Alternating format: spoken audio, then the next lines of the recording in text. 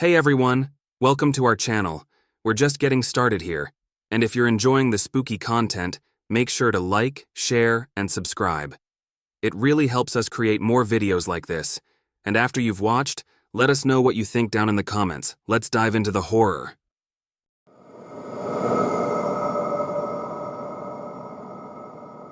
The night was cold and thick with fog, the kind of damp mist that clung to the skin, heavy with the weight of secrets. Aaron stood alone by the old tracks, gripping the scarf around his neck. He wasn't sure what had drawn him here tonight. He'd always avoided this place. His memories of the war were vivid enough without seeking reminders, but something had pulled him back to this lonely station in the middle of nowhere, a force he couldn't explain. He'd heard rumors about the train. Locals whispered of a ghostly locomotive that appeared under the cover of darkness, a spectral train from the darkest days of his past. For years, he dismissed it as folklore, a tale to frighten children. But tonight, he wasn't so sure. It felt like something was calling to him. As he waited, he thought of his family, of their final moments together on a similar train. He closed his eyes, listening to the silence around him, wondering if he'd finally gone mad. Then he heard it. A low, rumbling sound drifted through the fog, muffled and distant at first, like the echo of a storm. Aaron's heart pounded. He held his breath as the sound grew louder. Soon, the churning rhythm of wheels on tracks filled the air, impossibly clear, and he could almost feel the ground tremble beneath his feet. The fog thickened, swirling around him, and then the train appeared. It was old, the kind of train he'd hoped to forget.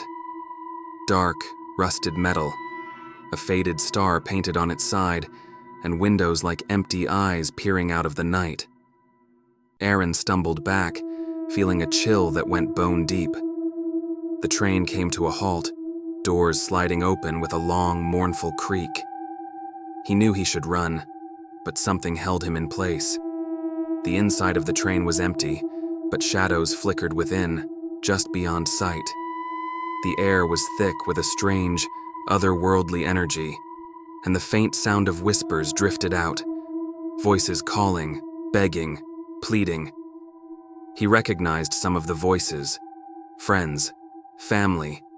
They were all here somehow, trapped in the echoes of the past.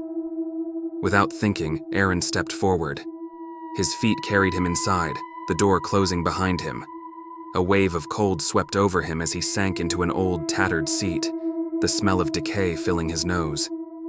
Shadows moved along the seats around him, taking on human forms.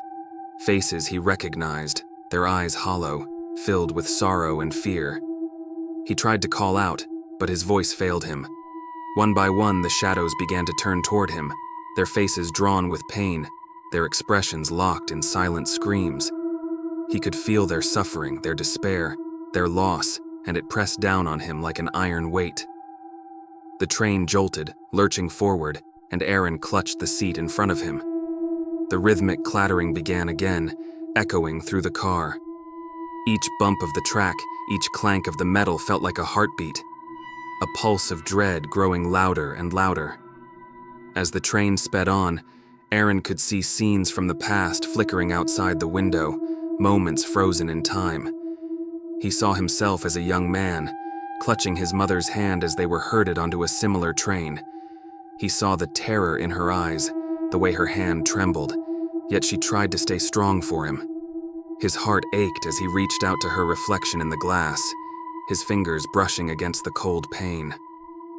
The train slowed, the wheels screeching as it approached a familiar destination, a place he'd vowed never to see again. Auschwitz. The name hung in the air, an unspoken curse that wrapped around him like chains. Aaron's body trembled as the train came to a halt, doors creaking open once more. He could feel the cold seeping into his bones, the weight of 1,000 lost souls pressing against him. The shadows around him stirred, rising from their seats, moving toward the doors. He watched them file out, a procession of the forgotten, the damned, the lost.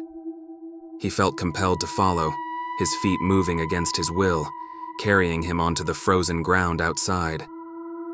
The camp loomed ahead, its gates twisted and menacing in the fog. The shadows walked ahead of him, silent and solemn, their forms wavering like smoke. And then he saw her, his mother standing at the edge of the crowd, her face just as he remembered it. She looked at him, her eyes filled with sorrow, yet there was a softness, a flicker of forgiveness. Aaron fell to his knees, a sob tearing from his throat. "I'm sorry," he whispered, the words spilling out like a confession. "I'm sorry I survived. I'm sorry I left you." But his mother only watched him, a faint smile touching her lips. She raised a hand, and he felt a warmth settle over him, a feeling he hadn't known in years. The fog thickened around them, and the shadows began to fade, melting into the mist one by one. His mother lingered a moment longer, her gaze holding his, before she too faded into the darkness. As the last of the shadows vanished, the world around him grew silent once more. The camp, the tracks, the train, all were gone, swallowed by the fog. Aaron found himself alone, kneeling on the damp ground, the cold night pressing in around him. But in his heart, a weight had lifted. He'd seen her again, if only for a moment. He'd faced his past, his pain. And now, maybe he could find peace.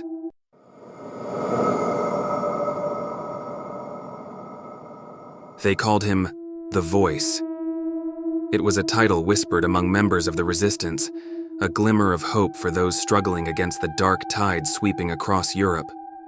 Every night when the sky grew black and the world quieted, people tuned their radios to a secret frequency, searching for the faint signal carrying his messages.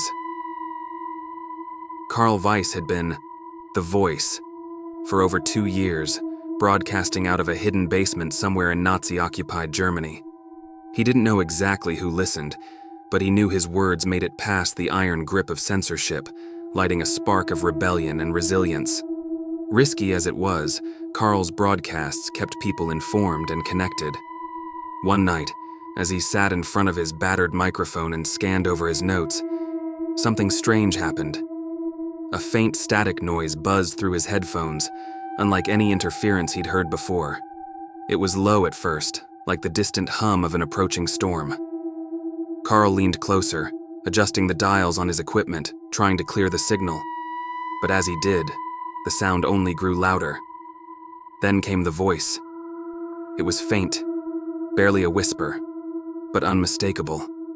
A voice that sounded eerily familiar. "Karl," it hissed, echoing through the static. He froze, heart pounding.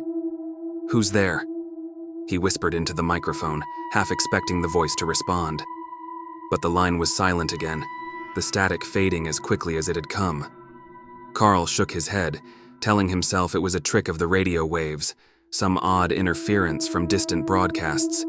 But the voice came back the next night. "Karl, you can't escape." This time, it was clearer, more insistent. His stomach twisted as he listened, the cold sweat of dread creeping up his spine. It had sounded so real, as if the voice was sitting right there in the room with him. And even more unnerving was the familiarity. It was his own voice, echoing back to him from the static, like some shadowy version of himself calling out from beyond. For the next few nights, the strange occurrences grew worse. The voice came through his headphones with increasing clarity, speaking phrases that chilled him to the bone. "They're coming for you, Karl. Run, while you still can. The basement is not safe." Each night, the broadcasts became shorter and more frantic. Karl found himself speaking faster, stumbling over words, his heart racing as he tried to shake off the feeling of being watched. The basement, once a sanctuary, now felt like a prison. Shadows seemed to creep across the walls, the darkness pressing closer as the voice whispered its threats. Then one night, the voice offered a prophecy. "Karl, you will be taken. They're coming at midnight." Karl's pulse quickened, fear clawing at him as he glanced at the small clock on the wall. It was 11:45 p.m. He had 15 minutes. He weighed his options in a panic. Should he believe the voice? Had someone discovered his location? He thought about running, but where would he go? Every exit from the basement felt exposed, and the streets outside were no safer. 11:50 p.m. The minutes dragged on, each tick of the clock like a drumbeat marking his impending doom. He tried to convince himself it was nothing, that it was just some bizarre radio phenomenon, a figment of his overworked mind. But deep down, he couldn't shake the feeling that this was real. 11:55 p.m. The static returned, louder than ever. It filled his headphones with a piercing hum, drowning out every other sound. He ripped them off, but the noise persisted, echoing in his ears like a chorus of voices, all whispering his name. Then, suddenly, the basement door creaked open. Carl froze, his breath hitching. The footsteps were faint at first, like whispers on the stairwell, but they grew louder, heavy boots descending, each step punctuated by the click of polished heels on stone. 12 a.m. They had found him. A dozen SS officers stormed into the basement, their flashlights casting harsh beams across the room. Carl barely had time to react before they seized him, wrenching him from his chair and slamming him against the wall. The last thing he saw before they placed a sack over his head was the microphone, still live, still transmitting his voice to the people listening in the dark. As they dragged him up the stairs, the static in his ears grew louder, more intense. It buzzed and crackled, filling his head until he could barely think. Through the haze of noise, he heard the voice again. "You should have run, Carl. You should have listened." The words echoed in his mind as they threw him into the back of a truck. He lay on the cold metal floor, his hands bound, heart racing with terror and regret. Outside, the streets were silent, empty, as if the entire world had gone dark. He closed his eyes, and the voice faded, replaced by a suffocating silence. Days passed, maybe weeks. He had lost track of time in the endless darkness. They kept him in a prison cell. Cold and alone, barely feeding him, questioning him in the dead of night. His mind drifted, his memories blurring together, haunted by the whispers from the radio, the prophecy he'd ignored. And every night, as he lay awake in the blackness, he heard it. "Carl!" It was always his own voice, calling to him from the silence, warning him of things he could no longer escape. The words echoed endlessly, a loop that haunted him, a memory twisted into a nightmare he could never wake from. One night, the voice said something new. "Tonight, it ends." And just like that, he knew. He knew that the guards would come for him, that his time had run out. He heard the heavy footsteps in the hall, the rattling of keys, and then the creak of his cell door. They dragged him from the cell, his legs barely able to carry him as they led him into the cold, gray dawn. As they forced him to his knees, his mind raced, replaying the final broadcast, the voice in the static, the warnings he'd failed to heed. He closed his eyes, bracing for the end. And in those last moments, he heard it once more. The static, the buzz of the radio waves, the faint whisper of his own voice. "Carl." And then, there was nothing.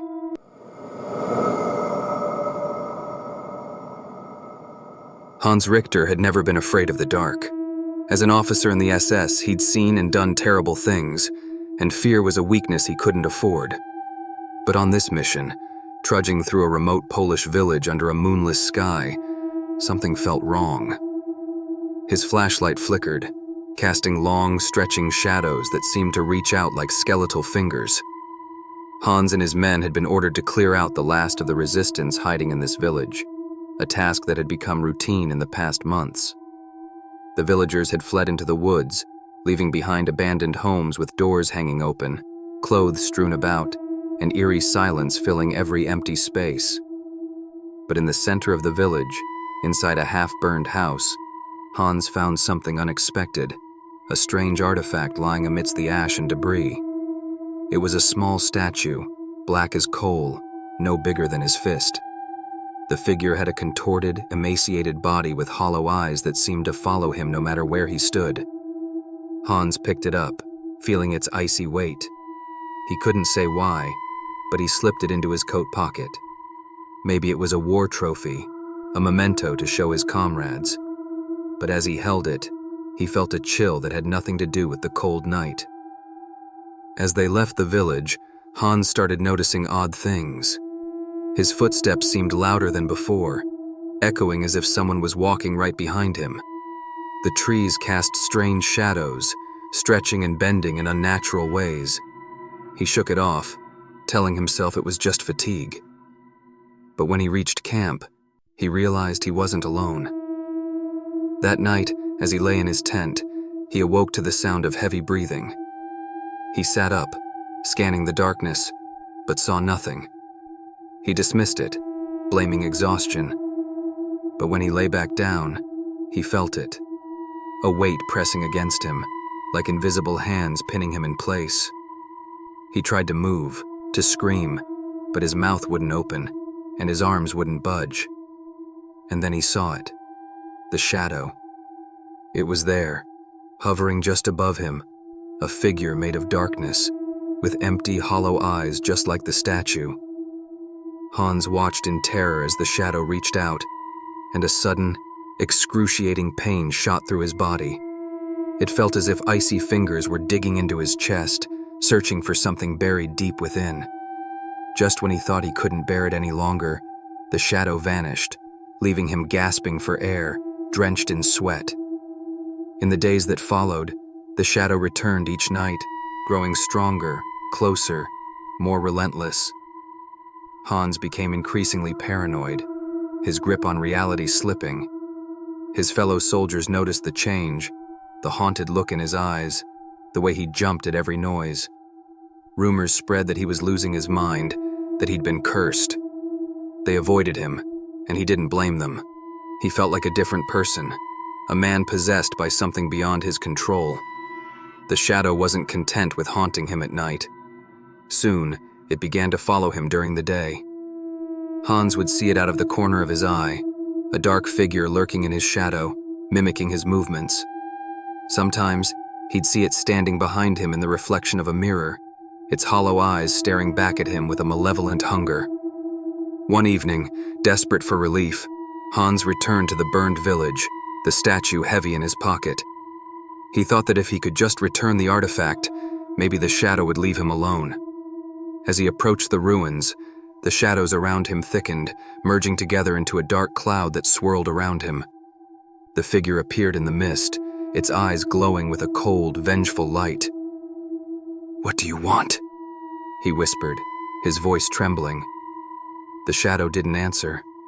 It simply moved closer, stretching out its hand. Hans felt a sharp pain in his chest, as if something was being pulled from within him. Memories began flashing before his eyes, faces of people he'd hurt, lives he'd destroyed, villages he'd burned. The shadow forced him to relive every moment, every horror, every scream. He fell to his knees, clutching his head, trying to block out the visions, but they only grew stronger. The shadow was feeding off his fear, his guilt, his sins, consuming every piece of his soul. Hans knew then that the shadow wasn't just some curse or hallucination. It was something more ancient, more powerful, a force of vengeance that sought retribution for the lives he had destroyed. Desperate, he pulled the statue from his pocket and threw it to the ground, shattering it into pieces. But the shadow didn't vanish. It only grew darker, larger, engulfing him completely. Hans screamed, but no one was there to hear him. In that moment, he realized his fate. The shadow would follow him, haunt him, consume him until there was nothing left of the man he once was. The next morning, his comrades found his empty tent. His belongings were untouched, but Hans Richter was gone. Some said he'd fled, others believed he'd been taken by the resistance. But no one ever saw him again. Yet on certain nights, soldiers reported seeing a figure lurking in the shadows, a dark shape with hollow eyes that watched them from the edge of the camp. Those who looked too long claimed to feel an icy grip, a sense of dread that clung to their bones. And they whispered, in hushed voices, that it was Hans, the man who had disappeared, cursed to wander forever, a shadow of his former self, bound to the darkness by the sins he could never escape.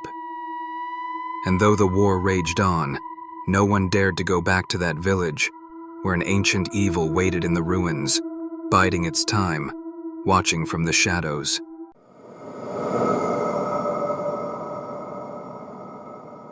The year was 1944, and deep in the German countryside, an SS unit had established a secret bunker, hidden beneath layers of thick forest and camouflaged with stone and earth.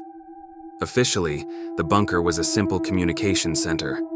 Unofficially, it was the site of strange experiments, a place where the whispers of the supernatural mingled with the dark science of the Reich. Captain Friedrich Metzger was sent to oversee the bunker's operations. A hardened soldier, he was loyal and unquestioning, a man who had served the SS with cold efficiency. The bunker wasn't his first strange assignment, but there was something unsettling about this place. The air was thick and damp, the hallways dark and narrow, and no matter where he went, it always felt as though someone or something was watching him. Upon arrival, Metzger met with Dr. Adler, the bunker's lead scientist. Adler was a wiry, nervous man, constantly glancing over his shoulder as if afraid he'd see a ghost. He explained, in a low, hesitant voice, that the bunker had been built over an ancient cemetery, one that had been there for hundreds of years, long before any village had settled nearby. "Are you afraid of ghosts, Captain?" Adler had asked with a bitter smile, his voice dripping with a nervous sarcasm. Metzger had only laughed. "I don't believe in such things," he'd replied. But his confidence began to waver after a few days in the bunker. His men were on edge, constantly whispering about strange noises and shadows that flitted through the dim corridors.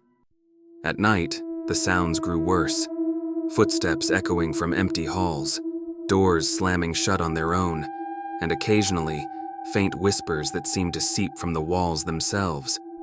Some soldiers claimed to see figures at the end of the corridors, pale faces staring from the darkness before disappearing into the shadows. Metzger dismissed their stories, attributing it all to the soldiers' nerves. The war was dragging on, morale was low, and he believed these rumors were just manifestations of their fear and exhaustion. But the incidents only grew more disturbing. One night, Metzger was jolted awake by the sound of screaming. He raced down the hallway to find one of his soldiers, a young man named Dieter, shaking violently, his face pale with terror. There was a man," Dieter stammered, his eyes wide with fear. "He was right here, Captain, staring at me." His face was pale and twisted, his eyes hollow. Metzger scolded him, insisting it was just a nightmare. But deep down, he felt a cold dread. Dieter wasn't the only soldier who had claimed to see the figure. Others spoke of a man with sunken eyes and a twisted grin, a shadowy presence that appeared in the corners of the bunker, watching, waiting. As the days passed, Metzger found it harder to dismiss these stories. He himself had started hearing things, soft murmurs, faint footsteps that seemed to follow him wherever he went. One evening, as he was reviewing documents in his office, he heard a quiet knock at the door. "Enter," he called out, expecting one of his men. No one entered. He waited a moment, then opened the door to find the hallway empty. Shaking his head, he returned to his desk, trying to concentrate. But as he sat down, the whispers began again, soft, insistent, like voices trapped beneath the earth. Metzger's hands began to tremble. He took a deep breath, steeling himself, and reminded himself that he was a soldier, not a superstitious fool. But the whispers continued, growing louder, until he could almost make out words. They spoke in German, but the dialect was old, twisted, as if spoken by voices that had forgotten how to speak. Suddenly the lights flickered, casting strange shadows across the walls. The air grew icy cold, and he felt an intense pressure in the room, as though something was pressing down on him. He reached for his flashlight, feeling the darkness close in around him. The light sputtered and died, leaving him alone in the dark. "Captain," a voice whispered from the shadows, so close it made his skin crawl. Metzger turned, shining the light in every direction, but there was nothing there. Just the dark, empty room, filled with the echoes of his own heavy breathing. He staggered back, heart pounding, as the voice grew louder, calling his name. Then, out of the corner of his eye, he saw it, a figure standing in the doorway, shrouded in darkness. Its face was pale and gaunt, the skin stretched tight over sharp bones, eyes hollow and lifeless. It was the man Dieter had described, the ghost that haunted his men. "Leave," the figure hissed, its voice cold and hollow. "Leave this place." Metzger stumbled backward, his mind racing. He had faced death 100 times on the battlefield. But this was something else, something beyond his understanding. He had no weapon to fight it, no armor to protect him. The next day, Metzger tried to ignore what he had seen, dismissing it as a trick of the mind. But the encounters only intensified. His men were disappearing, one by one, vanishing without a trace. Those who remained were pale, their eyes hollow, as though their souls had been drained by the horrors they couldn't escape. Dr. Adler, who had grown increasingly withdrawn, finally confided in Metzger, his voice shaking with fear. "They're angry, Captain," he whispered. "The spirits, the ones buried here, they're angry with us for disturbing their rest." Metzger scoffed, but the fear in Adler's eyes was undeniable. The doctor explained that his research had disturbed forces he couldn't control, forces that were now seeking vengeance on those who had violated their sacred ground. That night, as Metzger patrolled the bunker, he heard a faint chanting echoing through the halls. He followed the sound, his heart pounding, and found himself in an empty room at the far end of the bunker. The room was cold, the walls lined with strange symbols he had never seen before, symbols that seemed to writhe and pulse with an unnatural energy. In the center of the room stood the pale figure, its hollow eyes fixed on Metzger. "You cannot escape," it whispered, its voice filling the room. "This place is cursed." Metzger tried to run, but the figure reached out, its icy fingers closing around his throat. He felt a burning cold seep into his skin, spreading through his veins, as the figure's lifeless eyes bored into him. In his final moments, he understood the truth. The bunker was a tomb, a place of death and despair, and he and his men had disturbed something ancient, something that could not be appeased. The next morning, when a relief unit arrived at the bunker, they found it empty. Every soldier, every scientist, every officer had vanished without a trace. The corridors were silent, the equipment untouched, as though no one had ever been there. Rumors spread that the bunker was haunted, that the souls of those who had disturbed the dead were now bound to its dark walls, trapped in an eternal nightmare. No one dared enter the bunker again, and over time it was abandoned, left to crumble and decay, a ghostly reminder of the horrors it had witnessed. Years later, locals would still report strange lights flickering in the forest, faint whispers that drifted through the trees, and shadows that moved in the darkness. They spoke of the cursed bunker, a place where the dead walked, forever bound to the place of their suffering, and where anyone who entered was doomed to join them in their eternal torment.